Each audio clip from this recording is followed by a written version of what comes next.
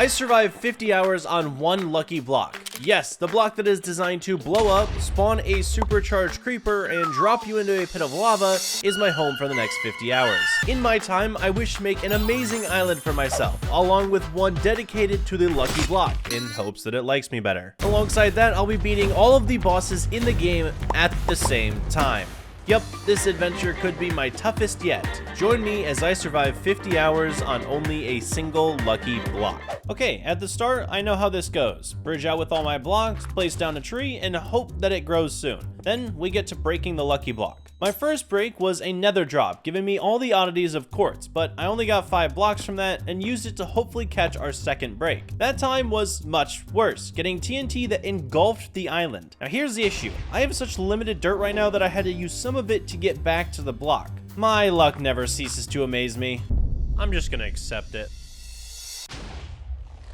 Oh, I'm fine. In defeat, somehow I survived round 2 of the bombing. Next, I got a structure, one that swallowed up the line island I've made so far. This was great, getting blocks I can use to run far away from this deadly block. I made a small platform for our actual base, hoping nothing will ever reach here. Back at the structure, we have some blocks to get rid of, one giving us more gold that I can't use, and the other a jukebox. I used that to break the other block, getting full gold armor. I went back to mining only to be instantly interrupted by a lava trap, which I avoided easily and gained some great blocks from. But let's talk luck. I have a chance to get diamonds, beacons, and even dragon eggs at a seemingly easy rate, yet all I've gotten so far is a giant explosion that destroyed my island. However, that all changed when I broke once more, getting iron, diamond, gold, and lapis. Now we just need a tree to grow, then I can get some epic tools and break the block safely. So I just sat until nightfall, desperately trying to avoid breaking the block for a single tree to grow. Once it did, we made a diamond axe and pickaxe, as well as some slabs to extend out the island and use as a block to stand on while breaking the unlucky one. Unfortunately, my luck never changed, and I got to witness an incredibly sad sight.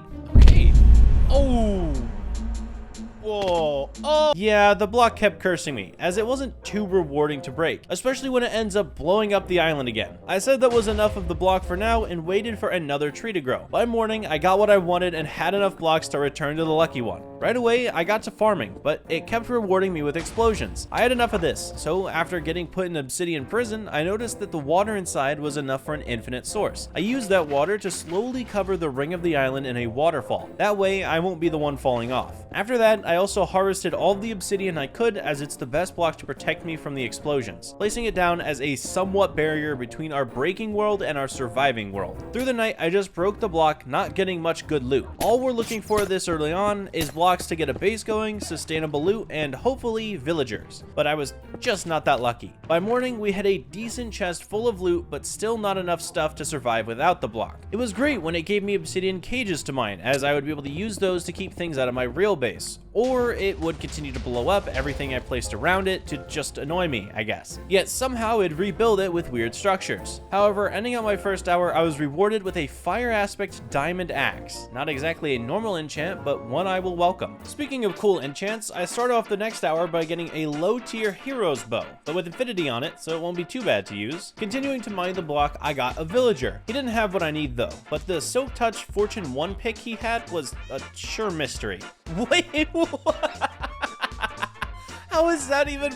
How does that make sense? After mining the block for a bit, we had a chest full of great things. Potions, god apples, spawn eggs, even end portal frames that we farmed. However, breaking the block in the overworld isn't something I strive to do. We need the Nether. The perfect opportunity opened up after getting a lucky bow. Somehow, that can summon lava, fire, explosions, or mobs. After using it to spawn a meteor, it was also a block farm. One used to section off the block so items wouldn't go flying everywhere. But the first time I got back to breaking, all heck broke loose as I was blind and this was around me, but I couldn't see it. Thankfully, I was fast enough to climb out of there before being blown off the map. In the morning, I tried out the bow to see if I could get lava and enter the Nether. However, it took quite a long time, despite getting things like cobwebs, mobs, explosions, etc. Once lava was acquired, I put it and wood all around the Nether portal, hoping for it to burn. As it lit, I entered to see what kind of spawn we were looking for. A crimson forest isn't bad, but other than an open area to break blocks, I need gravel, so I traversed until I could see some in sight. Good. We have another to work with then. Returning to the overworld, I went back to our bloody block, the one that caused a gigantic rendition of itself to spawn in, just for it to blow up on me. What a toxic friend we've made. I did get a nice hero shovel though. The efficiency 5 on it was perfect for gravel, and since we have no time to waste, I went back in the nether, steadily mining up gravel patches to eventually increase our dirt count, which is what I did when I got back. I mined up the small tree farm we had going for us and used that to duplicate dirt for the rest of the hour. With our small area, I was only able to get up to 44 dirt, but we can easily get more. Starting off hour 4, I went back to the block, which blew up instantly. Glad I logged on just for that to happen. Another giant block spawned in, which also blew up. Truly not sure what I do this for, but I did notice an excess of blocks under the island, so I went down to mine it. These are great for when I get exploded again and probably again later, but who cares at this point? Death is fun. When I returned to the block, I got a crossbow, some random items, and of course, an explosion. However, I placed down water and it seemed to have curved the damage quite a bit, but my luck has to be in the negative after this explosion streak. I mean, seriously, look at this. I mined a bit more and got an explosion. The only reason I survived was a well that spawned in and stopped the redstone blocks from working. My luck is awful. But we're not letting this streak continue. I keep breaking and got an iron block, some discs, and a jukebox, as well as more diamonds and emeralds to add to our collection. A hero villager ended up dropping through the floor, and I was hoping to get something nice from him, but in the end, he just had diamond gear. I don't really need that right now. While down below, I accidentally picked up an insane bow. Power 5, Infinity, Mending, Flame, and Punch 2 with Unbreaking. That's a good bow. This isn't possible. This is not a legit bow you can get, but the lucky block works in strange ways. Speaking of strange, when another hero villager fell through, I went down to check him out. Turns out, I was able to buy a decent diamond shovel with fortune and silk. Still a mystery. But with silk, I was able to mine the block and pick it up for later. That's one of the main reasons I need the nether. I also tried to test out the 100 luck blocks, but after getting cats, I learned they weren't so lucky. In fact, I don't think I'll be using this method again after having to cower in fear. The rest of my time was once again turned to dirt production. I extended out the island with cobblestone, then switched over to making coarse dirt into real dirt. Hour 5 was specifically meant for expansion. With the dirt we farmed up, I started the outline of our true island base. After remembering how to make circles, I filled it in for a very small start to our island. With only 2 stacks left, I need those for duplication, so I healed up my diamond shovel and went back into the nether to collect more gravel. I know, how fun it must be to watch someone mine gravel, but I had to do this for like at least the entire, I don't know, it felt like a long time, so suffer through it with me for a moment. After getting 13 stacks, I returned to the overworld. With that, and what I had, I made a bunch of dirt. However, I also noticed I had gotten lucky potions. They provide food, levels, and potion effects. Testing them out, I received like a million effects. Water breathing, night vision, regen, invis, jump boost, absorption, health boost, resistance, strength, speed, and all at high levels. I used that to continue expanding out the island and turning it into dirt. With the landmass ever growing, I used it to actually farm up some more dirt. Thank goodness for the shovel. Without it, the job might actually have been difficult. Hour 6, our objective is to expand out the island and open more lucky blocks. With all the dirt we just got, I went around to extend out the land a bit more because I want a good space to work with. I also put in a 1 block higher area specifically to make sure the island didn't look bad. When I do end up building on it, I don't want everything to be super flat. I know that's a game mode, but we're not playing that at the moment. Next, I used the Soak Touch that took priority on the pick to mine up the lucky block. Mining it here in the overworld is now a bad idea, because I could get a horde of mobs, a ghast, or literally even the wither. Not something I'm looking forward to. Taking them into the nether, I found the perfect place to start opening. Right out the gate, I got the diamond and emeralds drop, alongside a heck ton of new stone drops, which is great for our base we might eventually make. I also killed a sheep and a dog at the same time with a firework. Totally on accident, but things were going well until I realized I could get a supercharged creeper from this block. Are you serious? That's an insta-kill at like any stage of the game. After some time ruining the nether, turning it into this monstrosity, I got back to the overworld with a great haul. Over 2 stacks of diamonds and emeralds, new trees to grow from a sapling drop, a hero's potion, and more god apples and a sniffer egg. I had to build more chests to fit all this loot, but making a house would probably be the best solution. However, I did notice I had 42 blocks left, and we still got some time to spend, so let's speedrun. The important stuff I got were some new hero boots that continue to defy the laws of Notch, with fire protection, proj prot, blast prot, and prop prot on them. Then I got leggings that spat in his face, repeating the delinquency of this block. A couple times I got trapped thanks to the block, but overall it was okay. We were able to store more ores and flowers for the future. And to end out my time, I'm gonna mine a cobble gen for some reason. I have currently forgotten the reason, but I'm going to guess it was good. The next few hours will be spent on the making of a house. Somewhere I can store all of my crap we've collected. First things first, I planted down an outline with cobblestone. Ah, that's what I used it for. I wanted a good sized house though, and my beginning attempt wasn't looking so hot. I edited it a bit to get 2 houses connected via a 1-story part. Should be enough space for all of my garbage along with every room I could need. However, this requires a lot of wood, and a lot of different woods, as that's all we have to work with up here in the sky. I placed down each sapling I could think of needing: birch, dark oak, spruce, and cherry. Spruce was the fun one, because if I didn't do it right, it could just grow nasty podzol everywhere. But speaking of growing, nothing was. To remedy that, I had to head back into the Nether. This time I'm not ruining the place too much.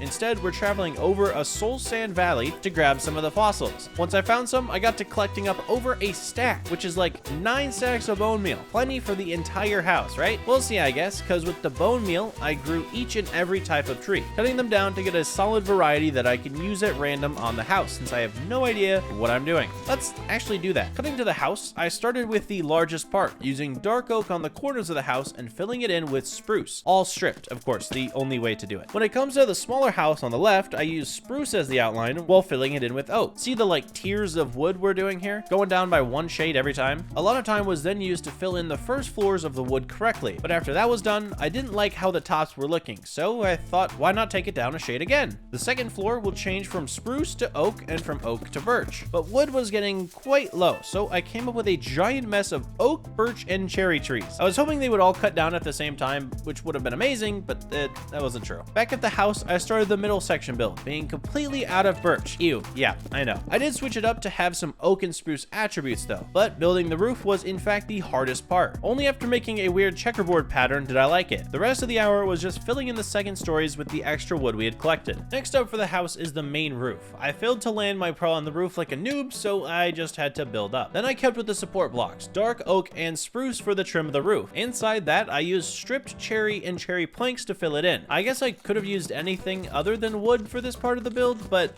it doesn't look too shabby. With the exterior 98% done, part and decorations, I head inside, starting with the floor. I changed that over from just plain dirt to a mix of randomly placed stone brick and andesite. Next were the rooms, separating out where the stairs for the main house would go, then mapping out a pillar that could potentially be for showcasing the storage. Then I moved to a wraparound staircase at the smaller house, where the second floor will most likely just be my bedroom. I also made some cool windows on the back side of the second floor of the big house, but literally never made them in the front for some reason. This is also a lot to explain, so let me just get each room finished up. First up being the kitchen and chest area. Then I moved on to finishing the connecting area with a black and red carpet, and our enchant setup, complete with a bunch of chests and purple carpet. Finally finishing off at the green bedroom design. And now that we have plenty of chests, I moved everything we had into the house for safekeeping. Now that the house is 1% more complete, we have a few decoration things to do. One was making the infinite water source inside the base via a weird sauna in the corner. All that matters is that it works.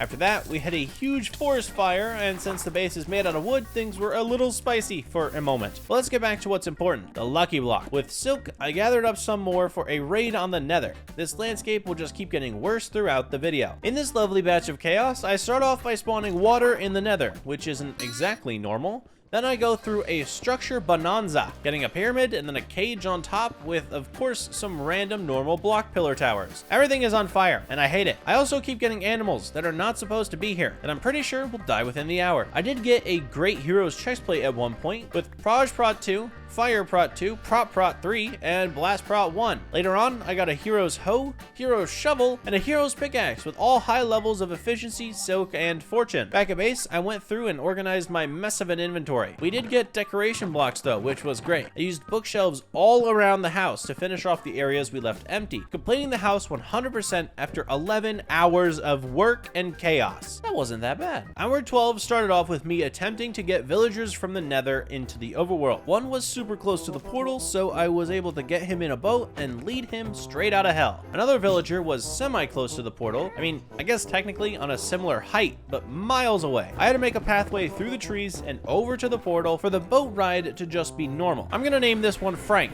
Again, one day I'll get better names. With both of these guys in the overworld now, things are gonna move smoothly. However, we are gonna need a place for them to sleep. Thanks to me hating myself, I know just the way. Let's spend 20 minutes traveling the Nether from biome to biome just to find more patches of gravel to waste my shovel's durability on. I'll use this to build an area for the villagers. And the process begins with me turning coarse dirt into dirt by hoeing it and then setting it aside for another hour to use. Somehow, we still start the next section of these hours farming more dirt. But before we run out of the last batch, I built a circular extension for where I'll be placing the Squidwards. However, as I said, that stash of dirt ran dry. Thankfully, we all know what comes next. So much more dirt farming.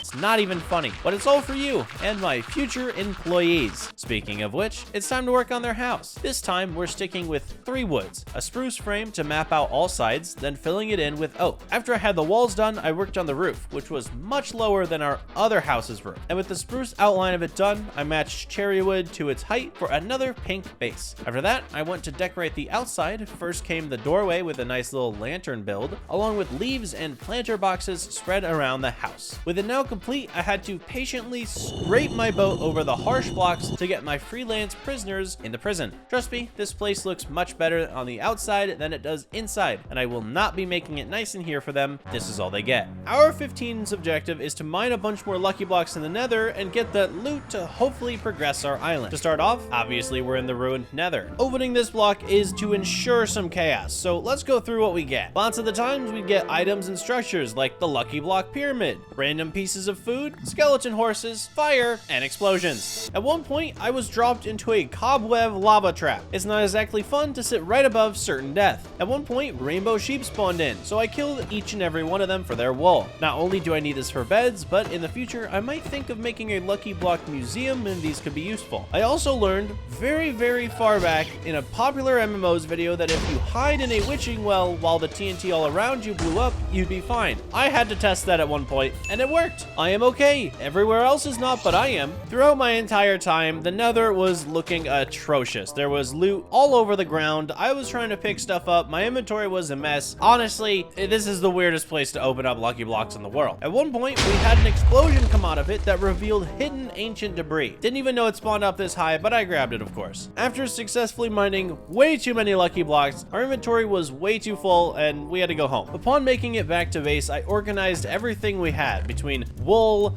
farming blocks, stone, ores, I don't even know anymore. But one thing I did get was sugarcane, which is great because, well, actually we already get books. Why do I need sugarcane again? Anyway, it was cool, so I made a little farm out of it. I also used that wool to make multicolored beds for the villagers. That way they can breed and I don't have to use the hero forms of them anymore. It's actually quite difficult to figure out what job block these 2 villagers need, so instead we're gonna rely on the babies. Please breed, I need more of you. The next hour, we're going to be starting a mega build. Well, a semi-mega build, just a really big wood tower. I started off by using a dark oak wood to outline this giant circle. I used the small amount of dark oak we had to build up the walls of this foundation, but realized quickly that not only is this too big, I do not have enough dark oak for this project. So I had to plant down new saplings and destroy what we had already started. Making it smaller for the second round, I liked it a lot more and built it up. When we made it up to the second floor, I started using stripped spruce logs instead of dark oak. Once again, I'm continuing with the 1 shade down pattern, so on the 3rd floor we hit stripped oak. After having to use so much wood, our axe was looking amazing, so I went and made a new one. This one I enchanted with efficiency 4, unbreaking 3, and silk touch, then used it to chop some trees for a little while. After that, I enchanted a new diamond pickaxe and got efficiency 4, unbreaking 3. Really wish I got silk or fortune, but it was okay. To finish out the hour, I had to decorate our way too structurally sound start of the tower. What I mean by that is on each floor it looked too neat. So I went with building dark oak stairs, dark oak slabs, and log patterns into the, well, what is this, a tree trunk? Looks like a tree trunk. Anyway, on each floor, I basically made it so that it was not even anywhere. And it genuinely looked like pieces of broken tree were placed inside of one another. Now, taking a break from the tower for a little bit, I had to work on some villager trades. I already have 31 emerald blocks, which is a ton, but my gear is looking terrible. So I decided to put down some more Fletcher builds along with an armorer job block, which I think is a blast furnace. Probably, pretty sure. Anyway, I put that down and started leveling up our armor smith so I could have some semblance of diamond armor still. However, after getting him to max level, I bought a Prot 2, Unbreaking 2, Respiration 2, Diamond Helmet from him, and just completely forgot about the boots. I don't know why I did that. But I also realized that now these hero villagers are useless, I can get rid of them. So I mined them through the floor and watched them fall into the void. It was great. But after all is said and done, we still have to work on this tower, so I farmed up more dark oak trees, placed down some more cherry trees, and cut down more spruce trees. Funny enough, all of those are not what I need. I need birch, because we're making the 4th floor. Right now, the tower is way too short, so I decided to make the 4th floor out of birch. This design took a little bit longer to come up with because I'm actually taking it outside the build. I don't know how to describe this. Earlier, I was bringing the build closer in and building the... I'm stupid. This one, I'm making it go outward. I'm outwardly building with birch. Anyway, when the birch area was done, I had to make a spruce platform on top so we could finish it off with the roof. This spruce platform was, well, primarily spruce. And to make sure I was doing everything correctly, I would periodically run down and check it out from the ground. I think it's looking all right. And to finish off this little section, I added in a spruce trapdoor railing. Now for the final product, the roof, the hardest part of any Minecraft build. Again, we're using the best wood, spruce. However, on my first attempt at an outline, I did not like how short it was, nor did I like the shape of it. Instead, I wanted to do a protruding roof. So I started working on the cathedral style roof design once again, and somehow I actually made it look good. So I repeated it on all 4 sides. Once that was complete, we had to add in our cherry wood. I used that on the entire roof, basically creating a pink plus shape. But again, I ran out of cherry wood. I didn't farm enough apparently. So instead, I worked on the birch wall to highlight the spruce. I don't want this entire roof to be an open concept, and this birch is going to make it so it doesn't look bad. After all these few hours, we are really close to having a finished product. Alright, in hour 19, we're back to breaking the lucky block. This time, we're going to do things a little bit differently. Instead of just cutting to what we got, here is a replay of all that I experienced. It was honestly not great. Apart from foliage, diamond drops, hero potions, and villagers, the worst was always to come with lightning, explosions, giant lucky blocks, ghostly horsemen, bobs. Like, generally is not a good time opening these things, especially when it makes the nether turn into what it is now. But at one point, we got a new hero's helmet with fire protection 2, prot 2, projectile protection 2, and respiration 2, along with upgrading our current diamond chestplate to a totally new one with fire prot 3, prop 4, projectile protection 3, and blast protection 3. Yes, these continually sound insane. At the end of it all, our inventory was looking very weird. We had collected a bunch of ores, really random foliage, bone blocks, and of course random stone types. All of it was organized and we were basically done. Our armor has kind of upgraded a little bit, but it's still not our final set. But to be making our final set, we need one particular item, and that's mending. So I went over to the librarian at the end of the day to re-roll him until I received mending. Then I broke some bookshelves and used those to lock in his trade and buy a bunch of mending books. Hours 20 through 21 was to finish off some random tasks I have around the island. For one, we still have to finish off the roof, so I began chopping more cherry trees and replanting them. This is probably the only addition to Minecraft that I actually like in the last however many years. But once I had enough, I went back up to the top of the tower and finished off the roof, finally completing the giant wooden structure that will burn down eventually because I'll be careless. Okay, no, that's not actually what I'm naming it. But after that was done, I went back to the villagers. I wanted to re-roll again for sharpness because I really need a max axe. Speaking of max axe, I got a sharpness 4 book for 18 emeralds. With that book in hand, I wanted to go enchant and see if I could get some good gear, as well as use that to combine with my axe. I enchanted a diamond chestplate with Unbreaking 3, diamond boots with prot 4 and depth strider 3, and diamond legs with prot 4. Not exactly all the best trades, but if they were combined, they'd be perfect. After that, I did combine the 2 sharpness books I bought into a sharp 5 and then added mending to it as well. That I put on my diamond axe to make an efficiency 4, unbreaking 3, silk touch, sharpness 5, mending axe. Unfortunately, it was a little too expensive to add our hero's axe to it, even though I really wanted that fire aspect. And since we have a basically maxed axe, why not make it into netherite? I was actually able to make 12 netherite ingots thanks to the lucky block, but I don't have the smithing template to upgrade any gear into netherite. I hate 1.20. Instead of going and searching right away, I wanted to finish off the hour by making a little area for villagers once again. This one I call the 1-2-1 house. Basically, we're gonna have a 1-story next to a 2-story next to a 1-story. Shockingly, I kept with the design of almost everything else I've done on the island, so it's not that difficult to explain. Started with the spruce corners, filled it in with oak, stacked up the middle one to 2 high, filled in the roof with cherry stuff, block.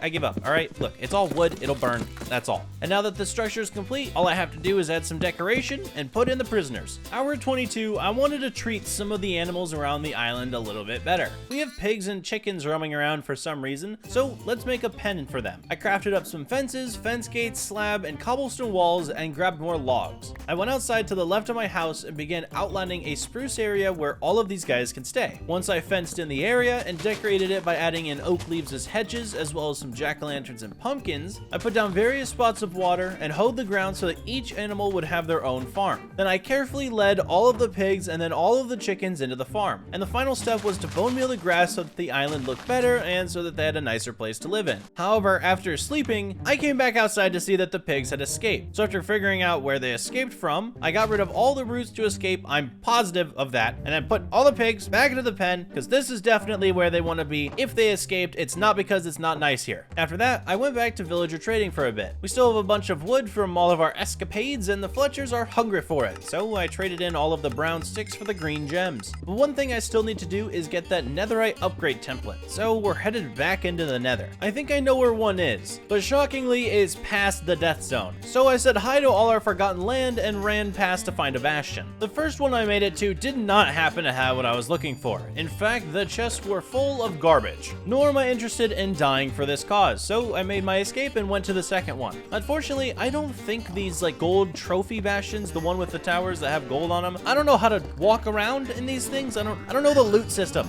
So I ended up like checking one chest, not seeing it, and then leaving. Eventually, on my third bastion, I made my way up, saw all 4 chests that I needed to actually loot, and inside was the upgrade. However, I'm not very good at leaving these things, so I may have fallen off. And then a brute was right there, and I had to hit him off and jump off, and I was, I don't know how I survived. I was just kind of glad I was sitting on the side, just not dying. But thankfully, I safely was able to pearl out of there and return home. I duplicated the smithing template so that we obviously had extra since we have so many diamonds, and then made my netherite axe. With this equipped, I decided to prepare for the battle ahead by grabbing a bunch more lucky blocks so that in the next hour, I can go ham. 8 stacks of lucky blocks later, we have a ton to break now. So we're headed back to the nether, and I'm gonna find a new spot to break them. In this new spot, I'm gonna turn this from the nether into actual hell. Trust me. Shockingly, while breaking the block, I was getting the same things as normal. Between witches, bats, random blocks, explosions, and ores, I don't know what to choose as the best. Although I will say one of my least favorite things are these ghostly horsemen. Sure, I do a ton of damage with my netherite sharpness 5 axe, but their bow sucks. I did end up buying new hero leggings as they had Proj Prot 3, Blast Prot 2, Fire Prot 4, and Protection 3. And after a little bit of breaking on the nether floor, I decided, why not go to the ceiling? Technically, these blocks break through anything, including bedrock. So getting up to the nether roof wasn't actually that difficult, as breaking a singular block was almost guaranteed to break right through. While breaking more blocks on the roof, it wasn't actually that bad up here. The bedrock kind of causes a lot of less chaos. I mean, there are a ton of mobs wandering around now in random structures, but it's not that bad. After getting a full inventory, I was actually equipped with an ender chest this time, which I was able to store my loot in and continue breaking stuff. Again, we're really only going for ores, foliage, random blocks that'll help me decorate. Wool, I guess, is technically one of them. Maybe netherite. Obviously, it's an ore, but it's still really cool. However, one thing I was not prepared for was to fight the wither. Yes, I actually did eventually spawn in the Wither. Thank God we're not in the overworld. I used my lucky bow to start fighting it, which did end up trapping it in cobwebs and shooting some other very obnoxious things at it, but nothing was doing as much damage as my netherite axe. The minute it got to my level, it felt how heavy I can actually damage it. And I guess we are halfway through the video, so the Wither is kind of the mini boss, although I didn't actually summon it this time, so I didn't really want him here. But after getting that nether star, we went back home and sorted all of our inventory and ender chest into the chests. We got blocks of ores. I mean, actual blocks, like 12 blocks of diamond, 40 blocks of iron. I mean, it's crazy. We got some more end portals as well, stacks of wool, which will help me later in the video, some extra damage potions, which are very, very unlucky potions, as well as a wither skull in case I do want to actually fight it again. I also noticed that my pigs escaped again. I don't know how they did that. I really thought I curved all the escape routes, but I had to put them back in there and fix it up again. Hour 24, we're working on our first actual villager trading hall. This will be in the giant tower that I have zero use for at the moment. Inside, I counted out how many villagers I can actually fit in here. Technically, I can be putting 9 on the first floor, which is awesome. To do that, we're gonna have to design the inside. I used cobblestone, stone, andesite, and stone brick to separate out where the villagers would go. Each section had a stair on top, so not only the villager can't get out, but it also works into the design better, as well as I roofed off the top because I don't think I'll be needing the second floor at the moment. Then the process was getting the villagers all the way over to the wooden tower, which was an utter nightmare since this was on a raised platform. I can't actually just boat in here like I would want, so I would have to boat over, break the boat, and really hope they wanted to jump up that one block. Eventually, I got in a bunch of Fletcher villagers that I can use for emerald trading later, but I had to take a break for a little while. Instead of building the villagers that will trade for the wood, I had to go collect the wood by making a new raised area farm for the spruce. I would plant, grow, and chop down all of the giant spruce trees I could, then trade it away with all the Fletchers to get a ton of emeralds for these useless sticks. By the end of it, I had over 64 blocks of emeralds, which is crazy. We've already doubled in the last few hours. Then I take the levels that I have and combine 2 heroes chestplate to make a finished product of fire protection 3, protection 4, projectile protection 3, blast protection 3, unbreaking 3, and mending. That's gotta be the best chestplate I could possibly make. I mean, sure, I can open thousands of lucky blocks and get the actual final versions of fire, proj, and blast, but right now I don't think I need it. This is the best chestplate I've ever seen in game, gathered through a legit method. I also combined my pickaxe with a fortune 3 and mending book to max it out, and then added feather falling to my hero boots. I then realized the next thing that I really want to work on is maxing out my gear, and I'm gonna need levels for that. So I grabbed some of my lucky potions, which have a chance to give me levels, and headed into the nether, because I don't know the side effects that they have. Upon throwing them, I instantly reached level 11, and then all the way to 16. Unfortunately, it wasn't enough to combine anything at the moment, but I was able to make my chestplate and pickaxe into netherite. Hour 25 is us still working on gear. First things first, I needed an Unbreaking 3 book, so I went to the villagers and started re-rolling them with a lectern. Eventually, when I did get Unbreaking 3, I locked them in and got a few books for my trouble. Then I started combining with all the levels that I had, making a Respiration 3, Unbreaking 3 mending book, along with a couple Unbreaking and mending books, but then I needed more levels, so I went back to stick trades with the villagers. Still currently our best method, because I am not getting a single level from lucky potions at the moment. I do end up combining my helmet with the Respiration 3 book that I had to make a Proj Prot 2, Blast Prot 3, Aqua Affinity, Fire Prot 2, Prof 4, Respiration 3, Unbreaking 3, Mending, Netherite, Helmet. Wait, it's not Netherite yet. It probably will be soon. I also combined leggings with a Mending and Unbreaking 3 book to get hero leggings that have Projectile Protection 2, Blast Prot 2, Fire Prot 4, Prof 3, Unbreaking 3, and Mending, and then I turned all of that into Netherite. I swear I was gonna get there eventually. Anyway, things are looking good for us at the moment. I do place down a brewing stand and begin to trade with a cleric villager to get some more XP. Then I use that to combine my boots with an Unbreaking 3 mending book to make diamond boots that are Prof 4, Depth Strider 3, Unbreaking 3, and mending. Probably the most useless piece of gear I have because of all of the other OP stuff that I don't. However, if I were to pair this with my other set of OP boots, it would cost 29 levels that I don't have, but make the best boots I could think of, which means I went back to the fletching villagers for EXP and then and breeded more villagers, as well as locked in the trades with the cleric villager to get him to master level. That way I could get 12 XP bottles, which when I placed them all over my body and bathed in the XP, it basically did nothing, maybe a single level. So Fletchers are still going to be my best bet, even though it is a very, very long time to continue gathering levels. But after locking in a new cleric villager and leveling him all the way up to master, I had 29 levels and was able to combine my 2 sets of OP diamond boots, or whatever you're looking at now because I'm tired of reading that. Then I turned those to netherite and we have the full OP netherite set. Literally the first time I've gotten this sick of armor. That is the craziest netherite set I've ever made. I really hope all this stuff actually works side by side. I think they do. They definitely do, because I've had fire aspect on an axe before, so that's crazy to me. And for the rest of the hour, we were moving villagers between our 2 trading halls. One of the librarians I moved to the smaller house trading hall, which I still haven't decorated or have any high hopes for this area, but now we have a librarian here. We're also getting a lot of children to build up our villager army, which is really good, especially since when they grow up, I'm able to put them into the Fletcher Tower, which is what I'm calling this place from now on, because the other one's the trading hall, I guess. Fletcher Tower sounds better. Hour 26, we're getting into our decorating arc. The island is looking pretty bland, and we have to fix it. I start out by laying down cherry leaves all over the island to plant out where I'm going to be putting the pathways. These are important so that I know how to walk around my island, because I don't have very good eyes. But that's when I noticed the giant spruce tree farm still in our way, so I had to go chop it all down. We'll move that somewhere later. Back to working on the paths, I went around the island and made, well, path blocks. Sticking with the cherry leaves, I formed a single line path around the island. You probably can't get more basic than this. After that, I worked on a farm between our 2 village locations. I began outlining it with different sets of leaves because I'd like mixing green and pink for some reason, then placed down our lantern trapdoors and hoed the area. I'll probably put wheat here or something later. After that, I was kind of in the farming mood, so I built a hill right in front of our main house so I could put one here as well. Plus, the area wasn't looking too nice the way it was, especially undecorated, and I don't really have anything to put here, so a farm works. Once the hill was raised up to good height, I hoed the land and started placing down whatever random seeds I could think of. Pumpkin and melon will be scattered within the farm while I use the rest of it for carrots. And since this area was 99% complete, I wanted to finish it off by placing down a cherry tree and bone mealing the land around it. One section of the island is looking good. Next up, I wanted to put a very weird random planter box along the path. I had no idea what I was doing with this, so I grabbed a bunch of random items like stone brick stairs, a couple of different flowers, some dirt, trapdoors. I had no idea what I was going with. When I got outside, I just went in front of one of the villager areas and started placing. After having everything go in a random order, I think it looks good. I mean, I don't know about good. It looks cool though. However, I wasn't done with the weird yet. I placed down a campfire and above it, a cauldron. This was gonna be a pot where I could cook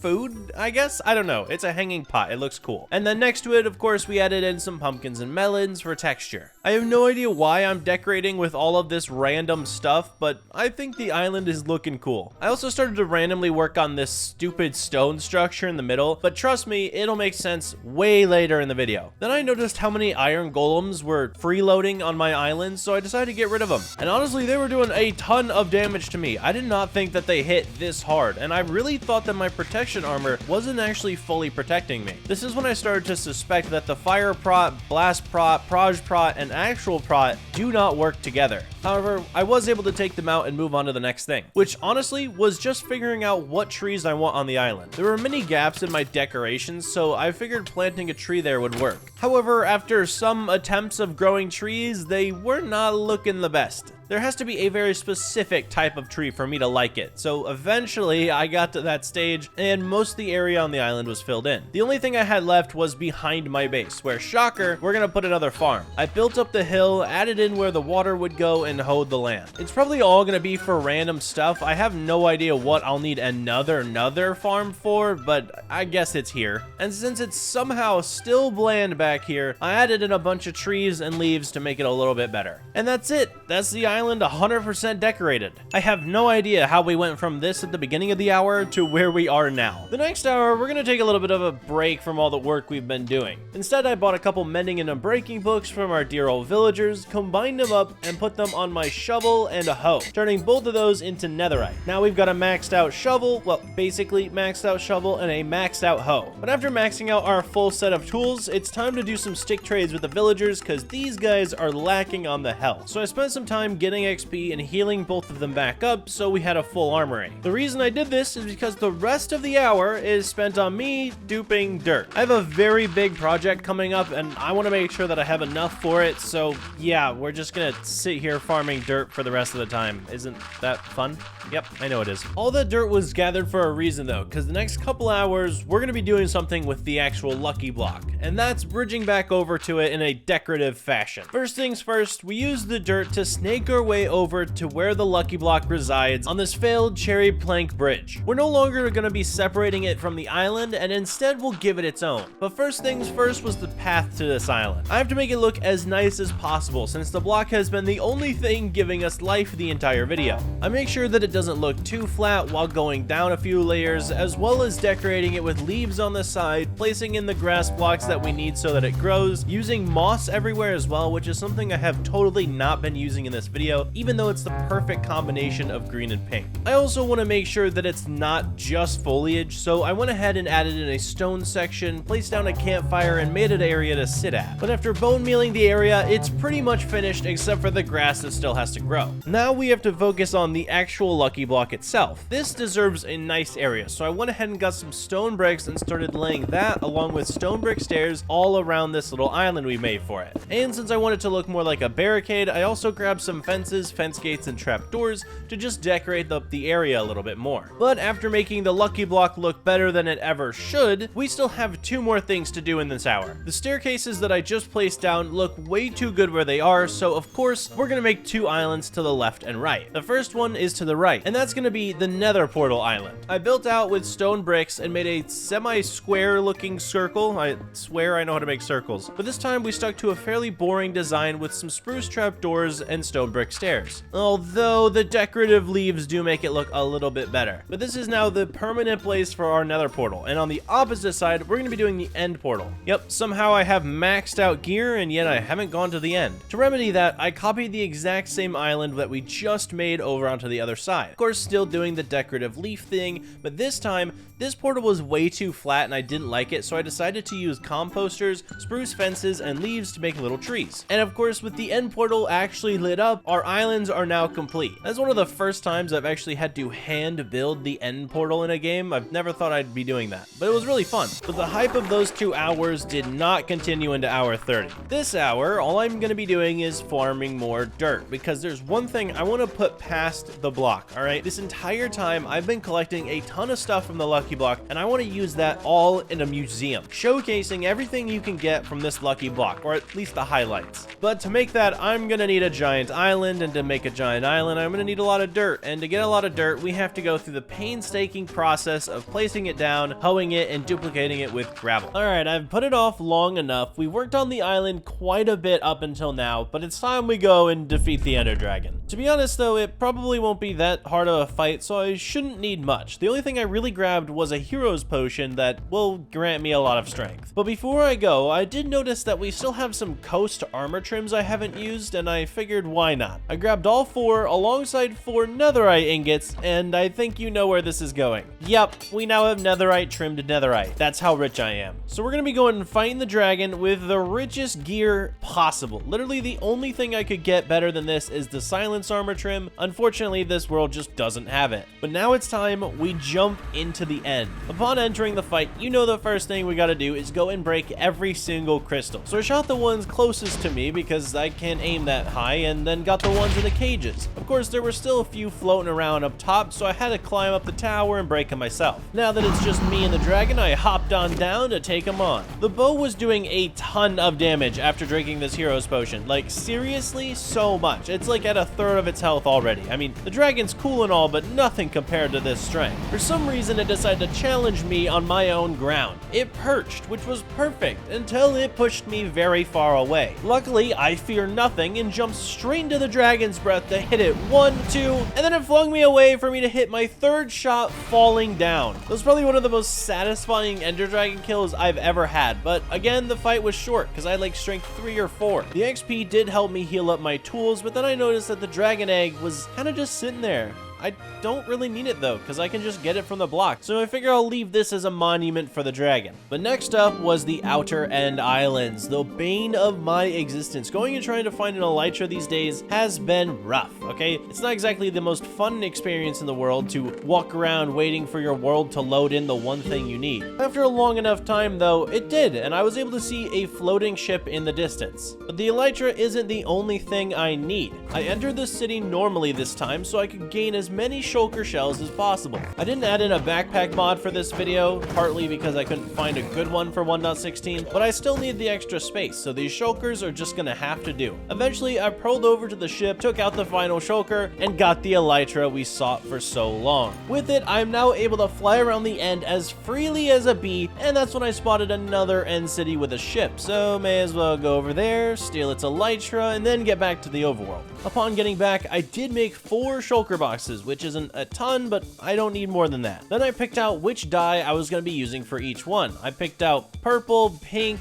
blue, and yellow. Each one of them will have their own purpose in later builds, so it's nice to have them color-coded. And after that, we had a few fireworks left, so I decided to fly around the island and check out how it looks from afar. In the sky, it looks amazing, except for one weird cobblestone patch that's still underneath the island. I totally forgot to remove that. I'll do it eventually. But one other thing I noticed is that there was a village, like, next to our island. I didn't even know this was possible. When I got closer to it, every single villager just died. They fell straight into the void. That was totally my bad. I am so sorry, guys. That does get me thinking though, if structures are actually on, is there a chance there's an ancient city, or is this a super flat world? I don't know. I guess we'll just have to find out another time. Right now though, I'm focused on one thing and one thing only, spending the next couple of hours opening a ton of lucky blocks. Now that we have shulkers to our name, it's time that I grab a bunch of these lucky blocks with my Silk Touch pickaxe and take them into the Nether and open them as chaotically as possible.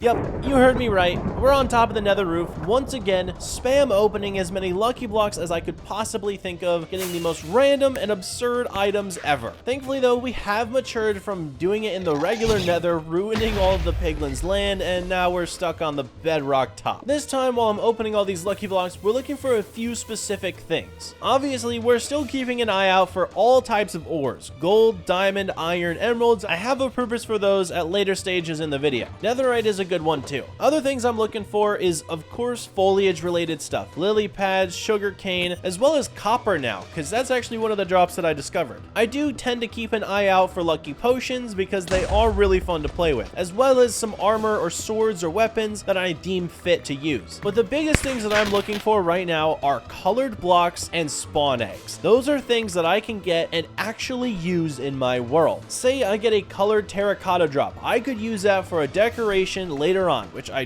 do plan to do. Alongside that, I could get a ton of different wool, or even Mr. Rainbow, and shear them for my own game. So while yes, all of this craziness consists for the 2 hours, I'm really looking for specific things that I could just keep in my shulker box and hopefully use at a later date. I do end out my time with over 57 levels from all the things that I've killed, from all the stuff that I've opened, from not dying to explosions, and we head back home to organize our shulker boxes. We got a lot of good stuff. I did keep a lot of spawn eggs. I got a decent amount of color blocks, but really looking at those ores, we got tons of blocks of diamonds, gold, iron, and emeralds, even though we already have a lot of emeralds. All in all, the haul was pretty good. And now that I've collected a bunch from the lucky block, it's time I put that into good use. But before we start off, I'm gonna have to trade with a farmer villager for some actual food. So we head over to our breeder and grab up a brand new farmer villager and start trading with them to master level so I can get golden carrots, because I am starved. After that, we get onto the main mission. The real goal of this hour is to start the expansion past the Lucky Block Island. The reason I'm doing this expansion is because I need a lot of space to do exactly what I was thinking, a Lucky Block museum. Now I begin with just a basic dirt circle, something I've done so many times in the past, and I already had this build worked out in my head. I had a creative world on the side that I went ahead and mapped out exactly what I needed to be doing for this. However, after finishing the circle, I noticed that it was a bit smaller than I thought it was. So I did switch over to that creative world, and it looks much bigger over here. Turns out this is only a fourth of what I'm supposed to be doing, so I got to work on the next outline, the bigger outline, showcasing how much of an idiot I actually am. Yep, that's right, after doing the ginormous circle outline, you can really see how far off I was. But this is what I'm gonna have to start filling in soon. This will be where we place the museum, along with all of our ores, tons of animals, basic stuff that we get like, you know, explosions, and pretty cool stuff like that. Shocker, the next hour, all I started to do was work on this outline. I had only filled in 1/4 at this point, which meant I was placing dirt for quite a long time.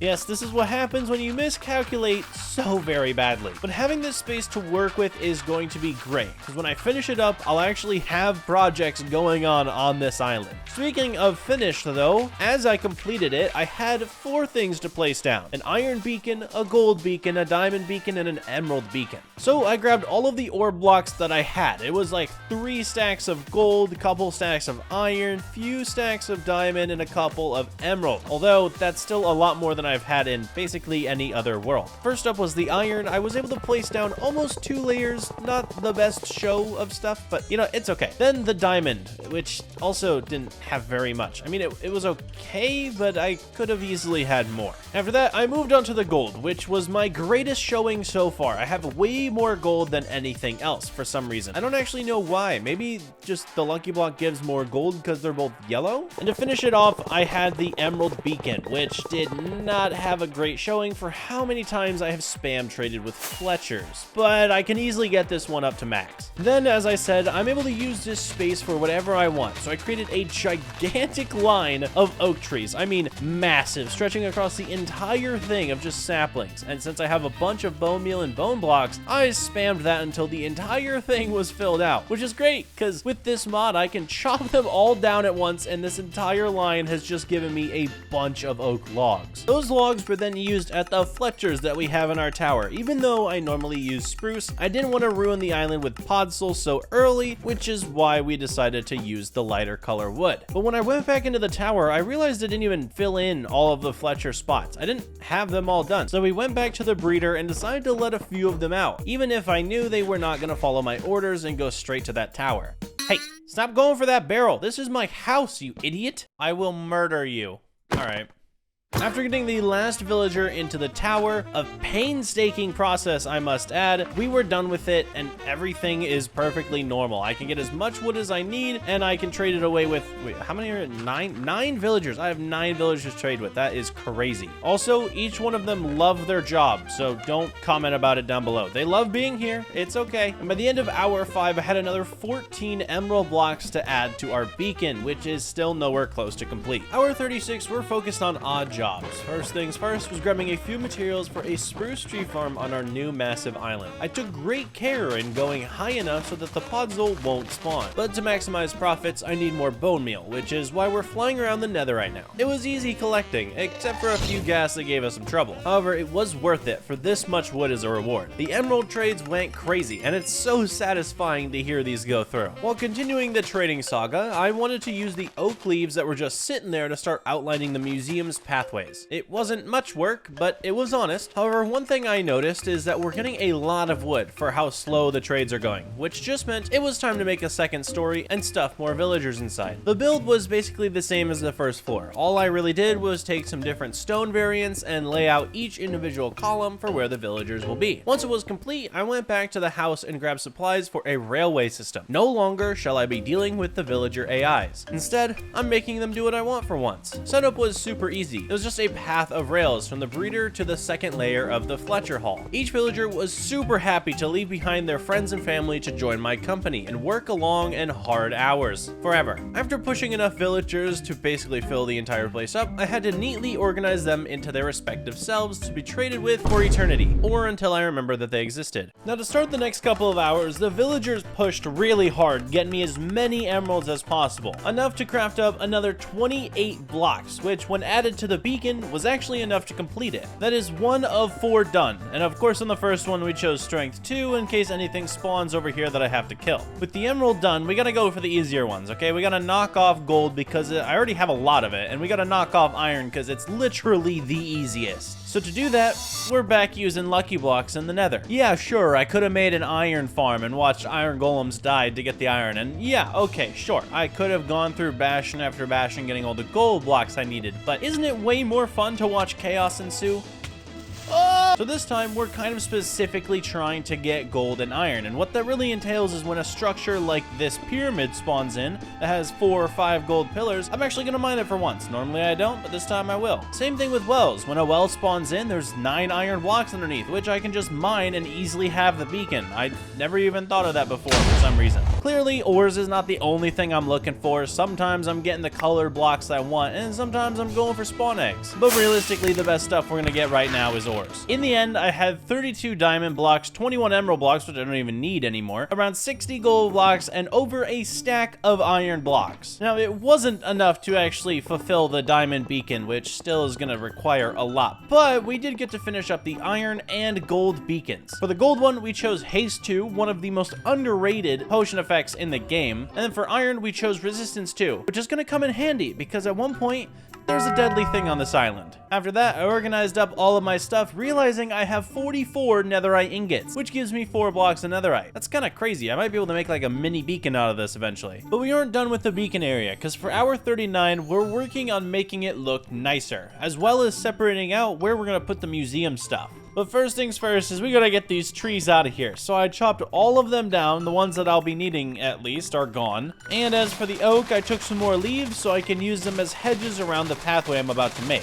Now, I did this once just directly around the beacon. However, 5 blocks out, we're gonna make another giant circle of oak leaves so we can show exactly where the path is gonna be located. This is one you guys know and love already. I've done it many, many times, and it has grown on me a ton. You start off in the middle with spruce logs, wrapping all the way around, and then on each side of the spruce log is going to be a spruce stair. That way there's like a little bit of an indent showing you where to walk, and then the rest of it is just going to be spruce planks. Sure, it may not be as fancy as path blocks and gravel, coarse dirt, and cobblestone, but no one has time for that, okay? No one has time for that. And as for the area that actually leads into the path, from the lucky block all the way to the beacon path, I have to make it look good. So once again, I separated off with some oak leaves and use our spruce logs to start the path. But this time I want the paths to converge, alright? The entire dirt staircase that we have going down to this block is actually very unique from what we're using in the museum. So instead, I would use stairs and planks as well as path blocks to kind of merge the area together. That way when you look back on it, it's not exactly one path, it's more two merging together. This part of the path was going to be decorated with a lot more stuff, like cherry leaves mixed in with the oak, as well as proper bone mealing for foliage. And with a couple flowers mixed in there for looks, it definitely differentiates the pathways. And to end out the hour, we have one thing to do. That is to make some stained dye for on top of each beacon. It only makes sense because they're all different colors. I'll make a white stained glass, a lime stained glass, and a yellow stained glass. Clearly, I did not need the white one for this iron because it didn't change at all, but the green and yellow make it look a lot better. And then when we have the diamond one, it's gonna look even better. Somehow all the colors will meld together when we actually finish the diamond beacon. Hour 40, we're getting serious about this museum stuff, okay? I've got a lot of things I have to organize and place in certain areas, so it's time to buckle down. For one, I made some iron bars, gathered up some TNT, grabbed some anvils and some obsidian, as well as colored wool, and put all of this stuff into shulker boxes, as well as a bunch of my spawn eggs. Some of you may notice, a lot of those ingredients are for traps that the block actually spawns. When I say museum, I mean the things that come out of the block are gonna be on the island, TNT included. But before we get into that, I need more shulker boxes. A lot more shulker boxes. But I don't have any looting, so there's no point in me going right now. Instead, I went ahead and combined an Unbreaking 3 and Mending book with a Fire Aspect 2 book, combined that with a sword, didn't like that, combined it with another sword after another book, and then combined the sword and the book and the sword and the sword and the book of the sword. Yeah, I said it, I did it as well. OP sword, Sharp 5, Unbreaking 3, Mending, Fire Aspect 2, Knockback 2, Looting 2, and it's good for 60 levels. Good use of 60 levels, that was great, glad I did it. Also made it netherite, so now I have a cool sword. Time to go to the end. Not this place, this is boring. The other end, the end gateway end, you know where the shulkers are? That was really fast explanation of what we're doing. Realistically, I got a good sword. I'm gonna go kill some shulkers, which is currently what I'm doing. Stabbing some boxes for other boxes or half boxes. I'm gonna combine with boxes to make boxes. Am I high? Nope, just sleep deprived. Anyway, you're getting this version of me right now where I'm going through and killing a bunch of shulker boxes. Once I get enough of the shells, I combine those shulker shells with some chests to make a bunch of these things. They're all purple though, and I don't like that. So I decided to get a bunch of different colored boxes because color coordination is a thing, which I will totally forget so fast. I mean, honestly, I color coordinate stuff and then I name stuff like the TNT drop box and the essentials box, which was really cool looking because it was black. I had to kill some squids to do that. Not exactly my proudest moment, but it's cool. It looks nice. I totally forget how I named all of these things. It does not work well. But we did it. We have a bunch of boxes like blue, white, purple, pink, magenta, orange, green, cyan, gray, light gray, black. Did I say that already? I don't remember. Anyway, we have a bunch of boxes. Couldn't make a brown one though, because there are literally no cocoa beans possible in this world, unless I modded in jungle villages, which I didn't because I'm not smart enough to do that. But anyway, hour 41 and 42. Yeah, I don't know how this narration version of me has started, but let me know if you like it. I'm gonna call this the sleep-deprived welcoming editor VO guy, because that's what I am. I'm not gonna remember that name. Let me know if you remember that name 5 months from now. If you comment that 5 months from now, I'm blocking you from the channel. Anyway, we're going back to the end. All right, I got a lot more lucky blocks, and it's time we open them in the end where it's gonna be beautiful, and the Nether has suffered enough at this point. So we're gonna go crazy, break a bunch of blocks, and see what I can get. Realistically, we're looking for woven terracotta drops, any amount of TNT drops. There's a huge redstone drop that happens with like pistons and trapdoors and pressure plates and stuff I don't want. So all of that is a drop that I want. Ores is still a drop that I want. Wool, maybe spawn eggs, because it would be nice to make like a zoo area. But again, really only chaos ensued. The end was looking terrible. Like, this replay shows how bad everything is looking here. I've ruined the Enderman's home. Didn't like them though, so I mean, I guess that works out for me. One thing interesting I did get from a lucky block was a chest that had like an iron, what was it? Iron backpack upgrade. Yeah, that's right. I didn't know this was a thing because I had just added it recently where I could use backpacks again, but this was a backpack mod that I was not familiar with. So apparently there are tier upgrades for the backpacks, and they're found in the chests of the world that haven't been loaded in yet, which is great because we're in the end. So I may as well immediately fly myself to an end city to look for some tier upgrades. Not that I know how to make a backpack yet, but basically we're going for an iron tier, a gold tier, and a diamond tier. I don't think there's a netherite tier because I looked for it for a while later on, but I didn't find it. Anyway, so I'm basically just flying around end cities, checking all the chests that I possibly can to find these tiers. After getting enough of each, it was time to head out of here because not only do we have shulker boxes to sort, but we gotta figure out this backpack situation. Speaking of backpack situation, we paused all that lucky block stuff I did earlier. Like, we weren't done with it. I just paused it because I really had to figure out this backpack. So I Googled it because I had no idea. This is why it's black screen right now, because Googling, type text Googling right now. So yeah, I'm Googling to figure out how it worked. Eventually I was able to make a backpack with like tanks and stuff. I don't really know why this is. It's a very complicated backpack mod for my tiny brain to figure out. But then I put it in a crafting table with some iron around it and it made it into an iron backpack. However, it didn't actually upgrade any of the slots inside of it. So I was really confused. But then when I put it in the upgrade thing with leather and the iron upgrade, it did upgrade the spots, I think, if that's actually how that worked, because I don't remember. I'm not looking at the footage, but anyway, that's basically how it's supposed to work. So I could do that with gold and diamond, but I didn't have any leather anymore. So I went to the Nether real quick and slaughtered horses. That's the sound of horses dying in the background. This is pretty cool, right? Yeah, anyway, back in the overworld, I was able to make our backpack like the gold tier and then to the diamond tier, which is great. But the backpack couldn't hold choker boxes in it for some reason. All that work for absolutely nothing. Like, seriously? How do you make a backpack mod that it's useless? Like, whoever made this version of the backpack mod sucks. I'm just gonna be honest. This is a terrible mod. That entire waste of time made me go back to the end and open more lucky blocks to cure my sadness. We are not full. by any sort of means, we have so many shulkers to fill up. So we're just gonna open stuff and get Bob the Zombie or a ghostly horseman again. Probably the worst thing I've ever seen. Ghostly horsemen suck. Rainbow sheep, which were great because we do need the wool dropped. So, you know, shearing them was awesome. I also got a warden spawn egg. a warden? I said a warden. A warden spawn egg.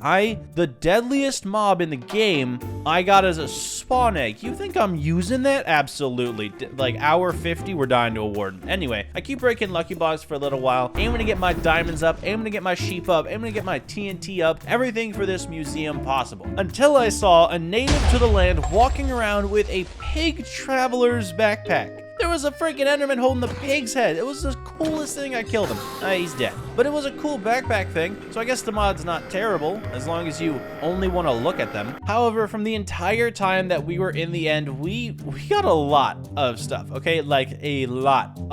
In our actual inventory, we had a few different odds and ends items. I did use our backpack to store some of the random stuff I was getting, terracotta, spawn eggs, and whatnot. But in the shulkers, we did actually have a decent bit of terracotta in one of our shulker boxes. I started getting the quartz stuff for some reason. Wasn't sure why, but I did. I also collected copper, flowers, lily pads, and cactus in one of the other shulker boxes, as well as gathering as much wool as I could from actual drops or Mr. Rainbows. And then the same thing with the dyes. The ores were looking crazy. I mean, this shulker box looks insane. TNT drop is looking good. We do have a stack of TNT almost, as well as a shulker box that now has 2 warden spawn eggs inside of it, by the way. That's a terrible thing to look at. So things are moving up for us in the world in the sense of museum. With all these items, it's finally time to take them and spread them around throughout the museum, pinpointing exactly where I'm gonna want things located. But throughout that trip, we did get a ton of ore blocks, like I just said, over 70 diamond blocks, 19 lapis, which sucks, 27 redstone, not a good ore, 30 iron, 32 gold, and 6 blocks of netherite, which is crazy good. I cannot believe we have this many blocks.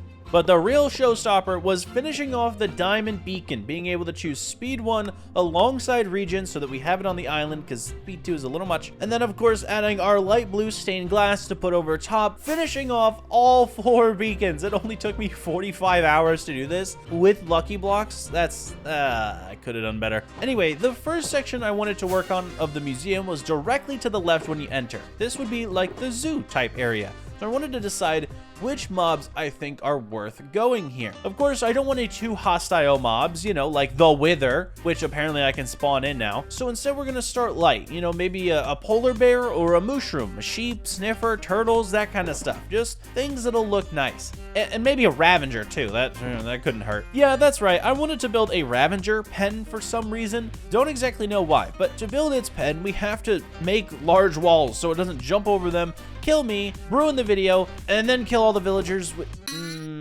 The villagers would be kind of funny to watch. Anyway, we gotta make a good pen for him. So we start out with a stone backdrop wall, you know, symbolizing a mountain. He's not allowed to escape via this way, but it's still a nice thing to look at. And then surrounding him, of course, we're gonna actually use walls made of cobblestone and andesite. Then for the little decorative stuff, you gotta add leaves and moss everywhere, just so he's got a nice place to be. We spawn in the Ravager, and he looks pretty nice. Like, he's got a good area. He's kind of not friendly at all, but that's okay. We have to name him though. So I went back, grabbed a name tag, and typed in the only thing I could think of, Joffrey. Yep, this scary animal is now named Joffrey.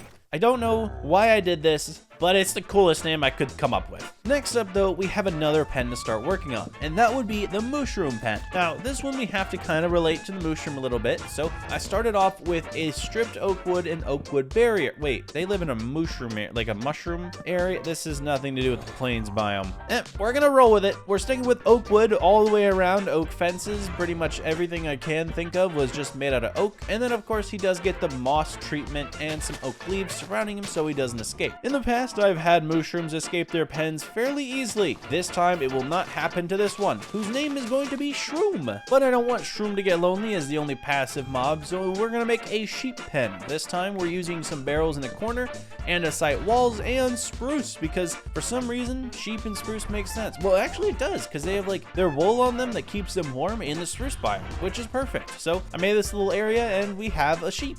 A singular sheep, because I don't have another sheep. Probably should have thought about this. Can't really do anything with him, but it looks cool anyway. And after not giving him a name, I moved on to the polar bear. Now, I don't have any snow or a single way to get snow that I know of, at least, unless, oh, I could have gone to a biome that would have had snow, and then I could have, like, placed down. You know what? I was wrong. I could have gotten snow, but instead, I found a use for all that quartz that I had. I made it up into slabs along with diorite because it's the only other white block I currently possess. Those two mixed together, I was actually able to make a semi-okay looking igloo for our polar bear. Not that he would be able to fit in this thing. Then I paired it all up with diorite, which is hopefully looking like crumbled up ice. I don't think it's pulling it off very well at all, but we did add in a campfire to make it seem like it's cold here, so you would need this to survive. And then we added end rods, which I think is what these are called, to kind of look like icicles peeking out of nowhere because there's no snow. And then when it finally came down to naming the little guy who is probably never gonna kill me at all,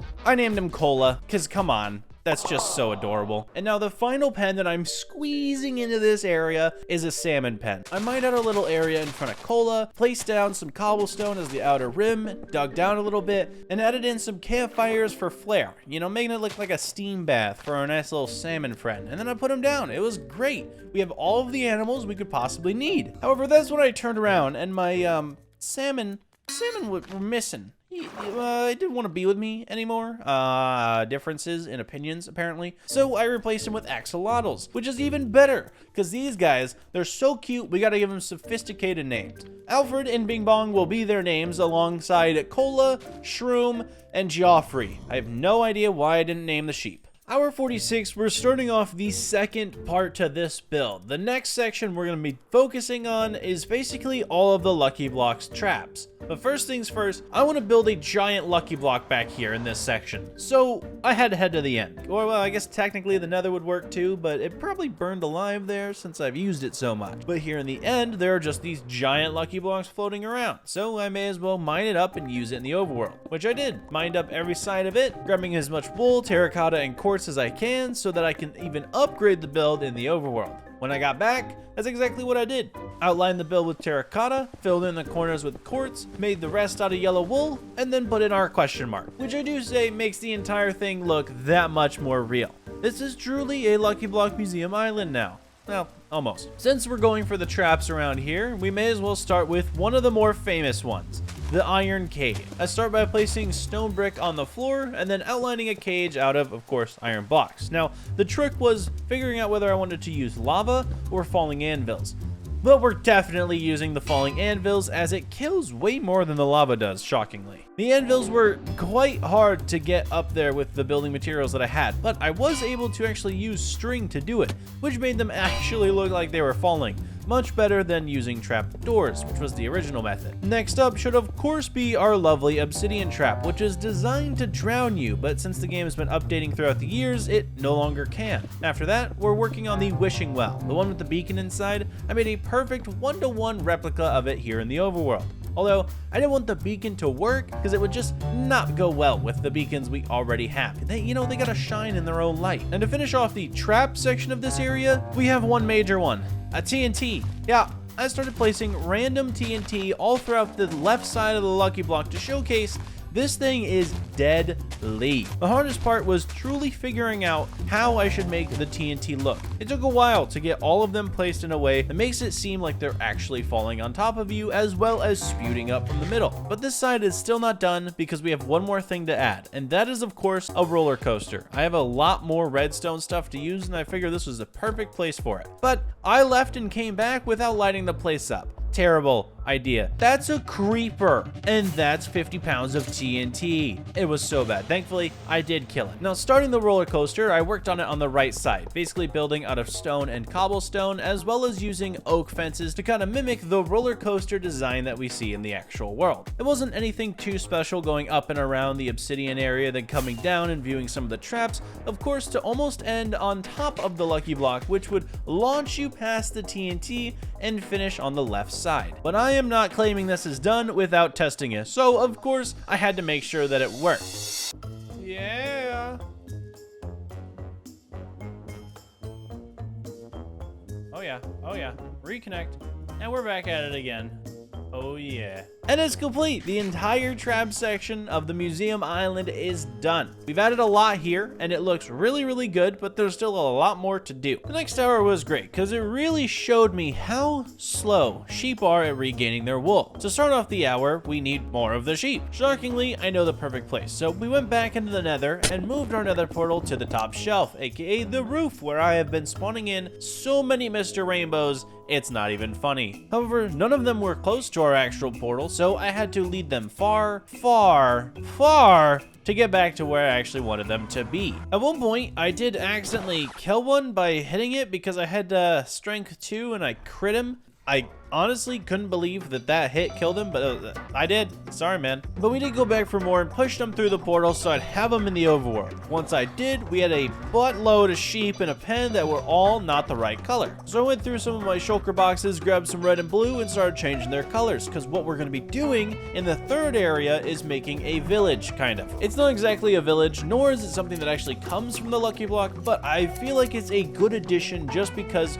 we're going to be adding some food in there, we're going to be adding some wool in there, we're going to be adding the villagers you can get, we're going to be adding a wishing well sort of thing, so it'll all work out. The first thing to start the stalls is placing down the bottom, okay, where we're not going to be using the wool, because I definitely do not have enough yet. I start off the bottom with a stripped spruce and spruce stair design, as well as using oak fences to lift up where the wool's going to go. Now, thankfully for me, I did have enough wool to make one of them, and that was out of the yellow wool because of the giant lucky block we made. I had extra, which meant I was able to work on the design a little bit, adding a white stripe on either side and filling in most of it with the colored wool, with a nice spruce trapdoor slab combination in the middle. I backed up and looking at this, it was really cool. I hadn't done a nice design on a canopy sort of thing before, so this was looking really good from my point of view. But the one thing that wasn't looking good is how slow the sheep are regaining their wool. We need 4 of these stalls. I've got one of them down, but I still need a blue, a red, and a purple one. But the rate at which I'm getting the wool is pretty trash. I put in some of the blue, I put in some of the red, and I put in some of the purple, and started working on each one individually, trying to get as much of it done as possible, just because of how slow these sheep were regaining their wool. Unfortunately, within the hour, I wasn't actually able to do it, which meant hour 48 was where we hit the big bucks with decoration. I started the hour off by building the fountain next to the marketplace because I just wasn't working with the sheep anymore. This fountain was fairly simple with a quick stone pillar in the middle, stone surrounding it in like a 3x3 type design, and then water placed on top. It truly is one of the easiest builds you can do in Minecraft. Then I planted a couple trees around and bone mealed the grass, making it look a little bit better, as well as started work on a mini farm next to the marketplace. Planted down sugarcane, wheat, pumpkins, and carrots inside, just to make it not, one color. And to top it all off, we decorated the place with cherry leaves and more bone meal, because I like to spam that all over the place. But if one area deserved to have some cherry leaves, it's this one. But there is one thing it's missing: villagers. However, I do not have the patience right now, at least, to move them over. So I decide to lazily go make some armor stands, grab a bunch of extra armor that I have, and place them around this place. I don't know why I did this. I just placed them all over, hoping that they would look like actual people. It's kind of funny, I think. But yeah, now we just have guys here. But there is one more thing I would really like to do to top this place off. I mentioned that I want to have food here. One thing that does get me a ton of different food variety are the lucky potions. So we went to the end and spammed all the lucky ones to get a ton of good stuff. Sure, I got to level 41. And sure, there's a lot of weird stuff happening and I have potions effects again. But realistically, we got a buttload of food in our items. So when I returned home, I made some item frames, got over to the, what is this, the stalls, the food stalls area, and started placing down some item frames with different food in them. Like cooked rabbit, apples, fish, steak, you name it. Anything I could think of, I would just start putting everywhere I could.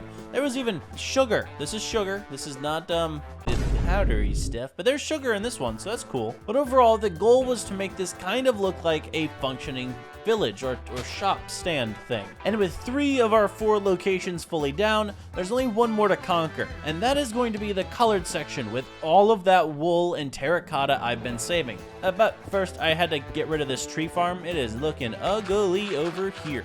not good. With the tree farm cleared out, in hour 49, we're gonna be focusing on finishing up this last section, the 4th section, basically all for wool and terracotta. I start off by planting down 2 identical platforms, one on the left and one on the right side, made out of strictly spruce and stone brick. These aren't meant to be highlighted or anything, but what's on top of them is. I started filling in the first platform with a big collection of wool blocks of all different colors, alongside carpets, you know, to just make the edges look a bit better, but I'll explain. So I wanted this to kind of look like a collage of the Mr. Rainbow's essence, you know, after you kill him, because you don't want him. But the big idea I have is to place down all of the colors that I've got, you know, orange, yellow, cyan, light blue, lime, green, purple, pink, magenta, red, and blue. It ended up looking really good, and it's actually quite vibrant. I didn't think it would be this cool, but we have to continue this trend over onto the terracotta, which I didn't have a lot of, but I decided to spare because this is very important. Again, we're going with the same sort of flow. Any types of blue, any types of red, any types of yellow,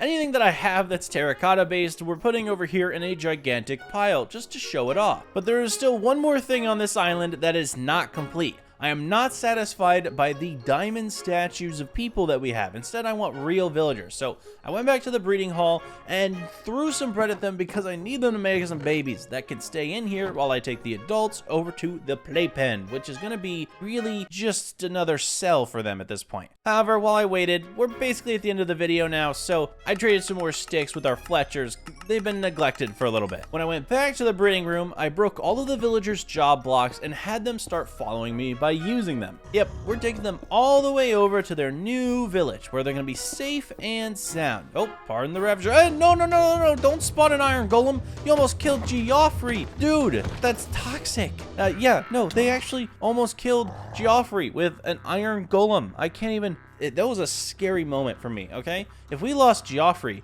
I would have set off the TNT stack. Also, but eventually the villagers did make their way into their little canopy village and hopefully stay here. If they spawn another iron golem on Geoffrey, their lives will end. With the marketplace stalls fully complete, everything on this island is done. This is the end product of the island. Over the last 50 hours, I have created an entire base island for all of my villagers and animals alongside 2 different dimensional areas and then a museum for the lucky block. I've done so much in this video. It is insane. But to top it all off, there is still one thing I have to make, which requires even more terracotta than I have. So I went back into the Nether with some lucky blocks and decided to break it until I got a terracotta drop. I'm not worried about anything right now. I don't want slime cages, I don't want pyramids, I don't want ores. Everything I want is the terracotta drop. Thankfully, it didn't take too long before I got one. Back at base, I'm finally able to show what I really wanted this terracotta from. Unsurprisingly though, the build that I'm working on is a pink cube that doesn't look good. Yeah, I make a pink cube to kind of symbolize a smaller version of a lucky block, but pink to match the cherry blossom area that I've created, but this doesn't look good, does it? It's just a block of pink. But that's when I discovered I have 7 blocks of netherite. And since netherite looks a lot better shown off, I broke the pink cube and replaced it with spruce trap doors holding up netherite and ancient debris. Not only does this show off how rich I am and how good at the game I am, but it looks so much cooler. Like, let's admit it, netherite is a sick block. However, we have now moved into hour 50. Hour 50 of this challenge is about to be a banger. My goal, defeat the Ender Dragon, the Wither, and the Warden all at once in the last hour. Yeah, this is gonna be a dumb idea. Which really meant I have to go gather all of my most OP weapons, tools, bows, and potions to survive this. In that process, I discovered that I have 2 evoker spawn eggs, so I spawned them in and killed them immediately for the 2 totems of undying. I'm going to be needing this. Then of course, I need some end crystals to respawn the dragon. Again, I'm never lucky, so I didn't have enough on hand, which meant going to the Nether, killing a ghast, returning, and actually making the crystals. But we do have the Warden and Wither spawn eggs, so I guess we can fight the dragon, and then we can fight the Wither, and then we can fight the Warden. Yay! Now, throughout this video, I have been collecting hero potions, so going into this fight in the end wasn't gonna be bad, because not only do I have a ton of hero potions that I never used, but I have a lot of them that have OP status effects like Strength 4, Resistance 4, regeneration 4, night vision 3, which doesn't do anything, but it's cool, water breathing 7. I don't know why that's there, but I would use it if I was drowning. The first on my list was the dragon. I spawned him in and watched as he regenerated all of his crystals as it normally does, telling me that, you know, I'm not very cool. I just spawned in. Also, I didn't know that the dragon egg would like kind of stay there. I thought it was weird how you can summon a dragon even though the dragon egg is still there. I feel like the portal is missing, so should that dragon egg, and it'll re-pop back up later. But anyway, now that I have an elytra, there is no chance against me whatsoever. I flew up into the sky and started instantly popping out every one of his crystals. Within my first attempt, I almost got every single crystal. Mid-flight, I'm going crazy at it. But with all the end crystals done, I turn my attention to the dragon and get some good shots in while she's mid-air. But when she's landed, I do even crazier damage. However, I'm not too concerned with the crazy ending, so a couple bow shots later and I finished her off. Next up was the Wither. This is known for being the worst boss in the game, and you're gonna see why, because as soon as I spawned it in, I instantly got some great shots on it with my bow, depleting its health so much faster than I needed to, and then when it was on fighting level, I mean, the sword just went through it like a knife, a hot knife through butter, baby. That was way too easy. The Wither absolutely sucks. But I probably spoke too soon, because now it's time for the Warden. I don't want to do this, but I ate a god apple, drank my potions, which should hopefully destroy the Warden super quickly because I've got strength, I've got resistance, I've got regeneration, I have night vision probably and slow falling for some reason, but hey, you know what? It should work out great. I'm literally immortal. Throughout the fight, it did nothing to me. Yes, this is me taking screenshots with the Warden to post him on a community post because of how terrible this guy is. Imagine not being able to kill me. That's crazy. However, all in all, we beat every Minecraft boss that I could spawn in. Okay, I know that the Guardian is technically a boss, or the Elder Guardian is technically a boss, but I didn't have the spawn egg, so we beat all the 3 good bosses in the game, okay? However, at home, we did get a Skulk Catalyst, so I figured to honor the Warden's terrible effort of fighting me, I'll place it on its pedestal next to the Netherite ancient debris blocks that we just built. But that's it. I survived 50 hours with a lucky block trying to kill me the entire time. Not only was it trying to kill me, it got really close a few times. I built up an amazing area, a full section for me to live in, an area for all of the block to be highlighted, and defeated every boss in the game, and a couple twice. Realistically, my island is complete. It is a temple.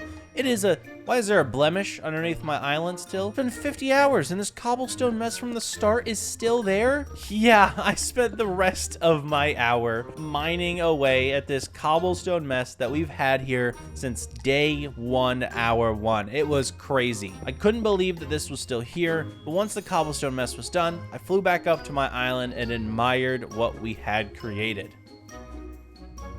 If you guys did enjoy this video, make sure to hit that like button down below and subscribe to the channel if you're new. 30,000 likes and 2,000 comments and I will do an even harder challenge where I don't even get to create this type of amazing build. Instead, I'm challenged to the brim with every mod that I can think of. But again, thank you guys for watching. If you made it this far in the video, comment cheese down below, because when I look at those comments, I'll forget why you're typing that. Anyway, have a great rest of your day, and I'll see you in the next one. Peace.